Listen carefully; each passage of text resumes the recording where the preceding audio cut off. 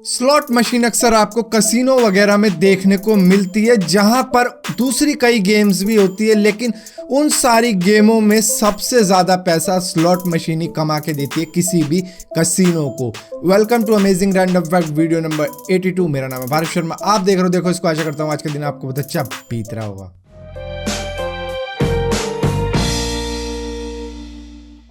अक्सर डॉग्स की आप कई प्रजातियां देखते होंगे जहां पर सबके नाम अलग अलग होते हैं। ये अक्सर क्रॉस ब्रीडिंग के द्वारा ही पैदा होते हैं, जिनका एक अलग नाम रख दिया जाता है। उनका लुक भी देखने में अलग रहता है। इसी तरीके से स्वीडिश वॉलहैंड का भी जन्म हुआ था क्रॉस ब्रीडिंग के द्वारा, जहां पर एक छोटी हाइट का डॉग लिया गया और एक बड़ी हाइट की नस्ल का डॉग लिया गया, जहां पर कोर्गी था छोटी नस्ल का डॉग, जो मतलब ओवरऑल छोटा होता है अपना हाइट में भी, और उसका ओवरऑल पैकेज ही छोटा होता है। और इसी के साथ साथ वुल्फ, जो कि बहुत बड़ा, किसी भी नॉर्मल डॉग से इसका कंपेयर किया जाए तो काफ़ी ज़्यादा बड़ा होता है।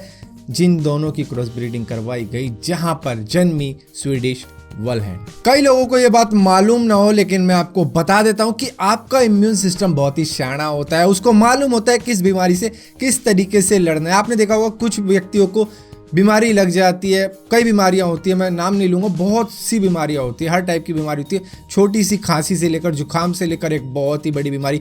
ये सारी बीमारी अगर आपको नहीं है, क्योंकि आपका इम्यून सिस्टम बहुत ही स्ट्रांग है, उसे मालूम है कि इन बीमारियों के वायरसेस से कैसे लड़ना है, और उसने ये ऐड कर रखा है अपनी मेमोरी में कि ये बीमारी आएगी तो मुझे इससे इस तरीके से लड़ना है, वो आएगी तो मुझे उससे उस तरीके से लड़ना है। लेकिन जिस व्यक्ति को मीजल्स हो जाता है, यानी चेचक हो जाता है, उसकी ये सारी मेमोरी चली जाती है। इम्यून सिस्टम भूल जाता है कि किस तरीके से लड़ना था, फलानी बीमारी से किस तरीके से लड़ना था, उस बीमारी से, जिसकी वजह से उनको दूसरी बीमारियां भी लग जाती हैं, जिसकी वजह से वो कई सालों बाद में दोबारा से सीखता है कि इन बीमारियों से इस तरीके से लड़ना था। जब वो मेन बीमारी से लड़ जाता है तो उसके बाद में वो दूसरी बीमारियों के बारे में भी सीख रहा होता है। फिर पहले के वक्त में यूएस नेवी अपनी सबमरीन के पेरिस्कोप को कंट्रोल करने के लिए करीबन $40,000 की वर्थ का कंट्रोलर यूज किया करता था, जिसके बाद में एक रिसर्चर ने सिर्फ $20 के कंट्रोलर को ही उनके लिए कन्फिग कर दिया, जो था एक्सबॉक्स कंट्रोलर। वेनवुर नाम की एक डच बाइसाइकिल कंपनी ने अपना शिपिंग डैमेज करीबन 80% तक कम कर लिया, जो पहले होता था। उसके मुकाबले अब 80% तक कम हो चुका है, जो 20% का ही रह चुका है, क्योंकि पहले के वक्त में उनके बॉक्स पर बनी होती थी सिर्फ उनकी साइकिल, लेकिन अब के वक्त में उन्होंने बना दिया है अपने बॉक्स पे टीवी, जिसके अंदर वो अपनी साइकिल दिखाते हैं, जिसकी वजह से शिपिंग वाले भी ये सोचते होंगे अरे इसके अंदर तो टीवी बहुत ही संभाल के लिए चलो, इतना बड़ा टीवी है, कहीं डैमेज ना हो जाए, ये ना हो जाए, वो हो जाए, जिसकी वजह से अब बहुत ही ज़्यादा संभाल के लिया जाता है। लेकिन पहले जब साइकिल बनाई जाती थी तो लोग कहते थे कि लोहे का ही तो है, फेंक फेंक के लेके जाओ। बॉडी डोनेशन की संख्या पिछले 10 सालों में ऑलमोस्ट डबल हो चुकी है, क्योंकि कई कंट्रीज़ के लोगों ने ये पहले ही लिख दिया है कि हमारी बॉडी का इस्तेमाल किया जा सकता है रिसर्च के लिए। वो इसलिए किया गया क्योंकि फ्यूनरल की कॉस्ट इतनी ज़्यादा होती है कि उनकी फैमिली वो अफोर्ड ही नहीं कर पाती, जिसकी वजह से वो मरने से कुछ दिनों पहले ये लिख देते हैं कि मेरी बॉडी को इस्तेमाल किया जा सकता है रिसर्च के लिए। लेकिन इसके बाद में जब ये रिसर्च कंप्लीट हो जाती है तो उस बॉडी का फ्यूनरल वही करवा देते हैं जो रिसर्च कर रहे होते हैं, जिसकी वजह से वो ऐसा करके चले जाते हैं, और उनकी फैमिली को भी आसानी रहती है कि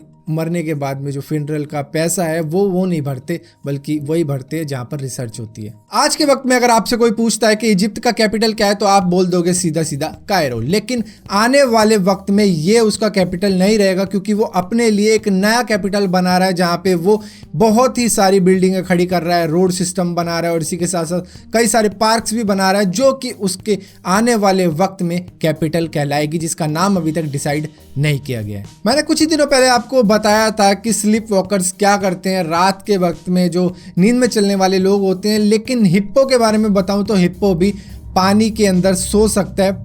अंडर वाटर की बात करो, मतलब पानी में बिल्कुल डूबा हुआ है, वहां पे वो सो सकता है, और सोते सोते ही जब उसके शरीर को ऑक्सीजन की जरूरत होती है, वो नींद में ही पानी के ऊपर आ जाता है, जहां पर वो सांस लेता है और वापस नीचे सिंक हो जाता है। ये सारा कुछ होता है उसके रिफ्लेक्स की वजह से, जो ऑटोमेटिकली उसे नींद में भी ऑक्सीजन दिलवा देती है ऊपर भेज के, वरना अगर ऐसा ना हो तो वो पानी में ही डूब के मर जाएगा। आपका ब्रेन बहुत ही स्मार्ट है, ये तो आपको मालूम है, लेकिन वो बहुत ही बेवकूफ़ है, ये आपको नहीं पता होगा, क्योंकि जब आप स्ट्रेस लेते हो तो वो बहुत ही ज़्यादा गर्म हो जाता है। लेकिन अगर आप नकली स्माइल भी करते हो तो उसे लगता है कि ये तो बंदा हंस रहा है, वो दोबारा से कूल डाउन हो जाता है। पूरी दुनिया में कई तरीके की मूवी बनती है और बहुत ही सारी मूवी बनती है, लेकिन सबसे ज़्यादा अगर किसी सिटी को डिस्ट्रॉय होते हुए दिखाया गया है तो वो है न्यूयॉर्क।